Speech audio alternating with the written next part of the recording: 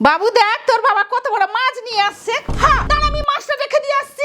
শরীরটা ভালো লাগছে এ বাবা তোর বাবা বিশাল বড় একটা রুই মাছ নিয়ে আসছিল, আর তুই তো অনেকবার মাংসের স্টু খেয়েছিস, এবারে রুই মাছের স্টু করে দি। তোর বাবাও নিয়ে এসেছিল, মুখে ভালো লাগবে, শরীরটা বেশ খারাপ বলছিস। ভালো লাগছে না। ভালো লাগবে, মুখে আরু চা কাটবে, দেখবি কি সুন্দর লাগবে খেতে।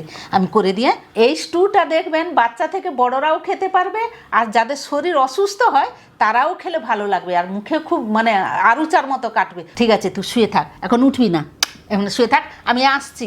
আজ বিকেলে হাট বার ছিল, সেই জন্য এত বড় মাছটা নিয়ে এসে, বেশ বড় আছে। ছেলের বাবা এত বড় মাছ নিয়ে এসেছিলো, যাই হোক একটা খেতে হয়তো তার মনে হয়তো ইচ্ছা ছিল, এসে তো দেখে ছেলের শরীর খারাপ। স্টুও ভালো লাগে খেতে, রুই মাছের স্টু কিন্তু ভালো লাগে, আর করে দিলে সবাই খাবে, দেখবেন ছেলের বাবাও না বলবে না, মুখরোচক হয়, বেশ ভালোই লাগে খেতে। সবজি টবজি পড়লে না খুব ভালো লাগে। আঁশটা ছুলা হয়ে গেছে, এবারে মুড়োটাকে কেটে নিচ্ছি। পাঁক খেয়ে একবারে তেলটা বাজে হয়ে গেছে দেখতে, এই তেলটা আর খাওয়া যাবে না। এবারে মাছগুলো কেটে নেব, পিস করে নেব। যে ঘরে মাছের তেল খেত তারই তো শরীর খারাপ, আর তেলটাও ভালো না, মাছের তেলটাও দিব না। কাতলা মাছের পেটিগুলো বেশ মোটা মোটা লম্বা লম্বা হতো। হ্যাঁ অনেকগুলো পিস হয়ে গেছে। এই যে রিং পিসটা কাটবো, এইগুলোই রেসিপি বানাবো। এই রকম করে কেটে নেবো। এই যে একটা হলো, আরও একটা কাটি,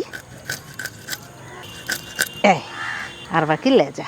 মাছ কাটা শেষ হয়ে গেল, এবারে মাছটাকে ধুয়ে তারপরে সবজিগুলো আবার গুছাতে হবে। সবজি টবজি গুছিয়ে আসছি। আবার ছেলের বাবাকে বাজারে পাঠালাম, যাতে স্টুটা বানাবো বলে সবজি তো লাগবে। কড়াইশুঁটিও আনতে বললাম ছেলের বাবাকে, সে পায়নি। এখন আমাদের এখানটা বাজারে না অসময়ে পাওয়া যায়নি। আমি সব সবজি একই সাইজের কাটবো, কেমন কাটবো সেটা আপনাদের দেখিয়ে দেবো। এই যে লম্বা লম্বা করে আমি আলুগুলো কেটে নিচ্ছি, এই রকম সাইজের, এই রকম ধরনের কেটে নেব সব। এই যে আলুটা কাটা হয়ে গেল, এবারে পেঁপেটা কেটে নেব। পেঁপেটাকে মাথাটা আগে কেটে নিই, এবারে পেঁপেটাকে হাফ করে নিই। পেঁপেটা বেশ সুন্দর, একবারে কাঁচা ঠসঠসে। পেঁপের ছালটাকে আগে ছুলে নিই, তারপরে গিয়ে কাটবো। এটা কিন্তু আমি জিরা ঝোল করছি না, এটা কিন্তু আমি স্টু বানাচ্ছি।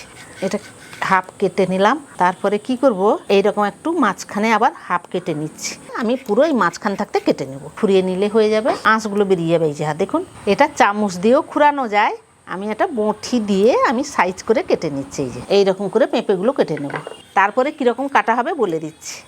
মাঝখান থাকতে কেটে নিলাম, মাঝখানে কেটে এটাকে 4 রোলা করে নেব। এইরকম করে গাজরগুলোও কেটে নেব। এই যে দেখুন, পেঁপে আলু আর গাজর আমি এক সাইজের কেটে নিয়েছি। এটাকে ভালো করে ধুবো, তারপরে গিয়ে যাব রান্নার কাজে। চলে যাই, ধুয়ে নিয়ে আসি পরিষ্কার করে। সবজিগুলো আগে সেদ্ধ করতাম, কিন্তু না, মাছটা ধুয়ে নিয়ে চলে এসেছি। মাছটাকে একটু হালকা আঁচে একটু সাঁতলিয়ে নিই। নুন দিয়ে দিলাম, হলুদ গুঁড়ো। এবারে ভালোভাবে মাছগুলোতে নুন হলুদ মাখিয়ে নেব, ভালো করে মাখিয়ে নিই। মাছটা নুন হলুদ মাখানো হয়ে গেছে, মাছটা এবারে সরিয়ে রাখি, হাতটা ধুয়ে আসি, তারপর গ্যাসটা জ্বালিয়ে মাছটাকে ছাঁতলিয়ে নেব। আসছি, কড়াইটা বসিয়ে দিলাম, গ্যাসটা এবারে জ্বালিয়ে দিই। কড়াই গরম হয়ে গেছে, সর্ষের তেল অল্প করে দেবো, বেশি দেবো না। তেলটা গরম হয়ে গেছে, এবারে মাছগুলো দিয়ে দিই। মাছটাকে এবারে উল্টিয়ে নেব, কড়া ভাজবো না, একটু সাঁতলিয়ে নেব জাস্ট এইরকম করে। আর বিশেষ করে শরীর খারাপ তো, শরীর খারাপে না একেবারে ছাঁকা মাছ দিতে নেই, একে পেটের অসুখ।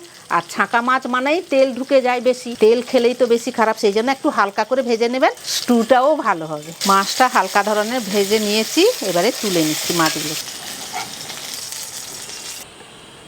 প্যান একটা নিয়ে চলে এসেছি, প্যানটা গ্যাসে বসিয়ে দিলাম।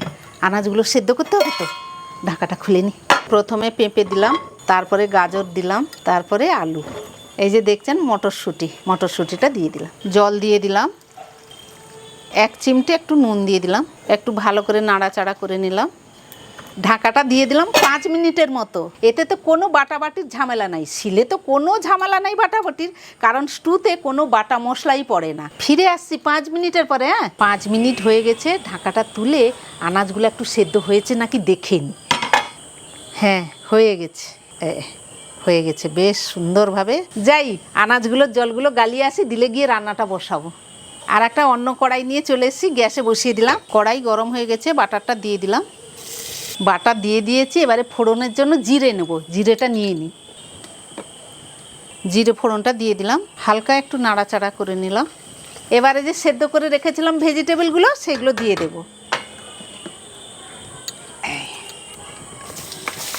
1-2 মিনিটের মতো এবারে নাড়াচাড়া একটু করে নেব, জাস্ট একটু হালকা করে সাঁতলিয়ে নেব। জানেন তো এটা কড়া ভাজা হবে না, এটা জাস্ট আমি 1 থেকে 2 মিনিটের মতো হালকাভাবে নাড়াচাড়া করে নেব, তারপরে গিয়ে বাকি মশলাগুলো দেব। 1-2 মিনিট আমি নাড়াচাড়া করে নিয়েছি। এবারে পেঁয়াজ কুচি একটু করে রেখেছি, অল্প করে ওটা দিয়ে দিচ্ছি। এই যে দেখুন অল্প করে আদা কুচি, সেটাও দিয়ে দিলাম। এটাও অল্প করে হালকা করে একটু নাড়াচাড়া করে নেব। এটাই কিন্তু কোনোদিন পেঁয়াজ বাটা দেবেন না, পেঁয়াজ বাটা দিলে একটু রিচ হয়ে যায়, সেই জন্য অল্প করে পেঁয়াজ কুচি দেবেন, সেটা হালকার মধ্যে থাকবে, কোনো অসুবিধা হবে না। আর আপনারা চাইলে এতে একটু 2-1টা কাঁচা লঙ্কা দিতে পারেন, কিন্তু আমি কাঁচা লঙ্কাটা দেবো না, আমি একটু খালি গোলমরিচের গুঁড়ো দেব। অল্প করে একটু টক দই দিয়ে দিলাম, এটাও দিয়ে দিলাম। স্বাদ মতো নুন দিয়ে দেব, গোটা গরম মশলা দিয়ে দেব, এখানে একটা তেজপাতা নিয়েছি সেটাও দিয়ে দিলাম। এবারে স্বাদ ব্যালেন্সের জন্য আমি অল্প করে চিনি দিয়ে দিলাম। সব কিছু ভালোভাবে একটু নাড়াচাড়া করে নেব। আমি আগেই বলে দিয়েছিলাম যে স্টু বানাবো, বেশি কষাবো না। 1 মিনিটের মতো আমার কষানো হয়ে গেছে, এবারে জল দিয়ে দেবো। এই আনাজগুলোকে একটু ভালো করে নাড়াচাড়া করে নেব, বাস। জলটা দিলাম, জলটা এখন ফুটুক, দিলে গিয়ে মাছটা দেব। আর সবজিগুলো তো সব সেদ্ধ আছে, আর সেরকম সময়ও বেশি লাগবে না, জলটা ফুটে এলেই মাছটা দিয়ে দেবো। জলটা ফুটে গেছে, মাছ ভাজাগুলো দিয়ে দেব। অল্প করে একটু উপর থেকে পেঁয়াজ কুচি ছড়িয়ে দিলাম। 5 মিনিট ঢাকা দিয়ে দিলাম। এই যে দেখলেন আমি অল্প করে যে কাঁচা পেঁয়াজটা ছড়ালাম, এতে কিন্তু স্টুতে খেতে খুব ভালো লাগে।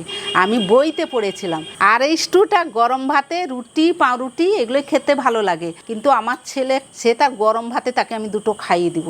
এই যে অগুছালো হয়ে পড়ে আছে, এগুলা গুছিয়ে তখন কি এটা ফুটছে, আমি 2টো ভাতও বেড়ে নিয়ে আসি, দিয়ে বাবুকে ডাকি, শরীরটা তার ভালো নয়, তাকে ডাকি, আর তখনকে এটা হয়ে যাবে, আমি আসছি, এগুলা গুছিয়ে নিই। বাবুরে চলায়, বাবুর শরীরটা ভালো নয়, ডেকে এসছি, শুয়েছিল, তবু আসছে বললো। তোর শরীরটা কিরকম?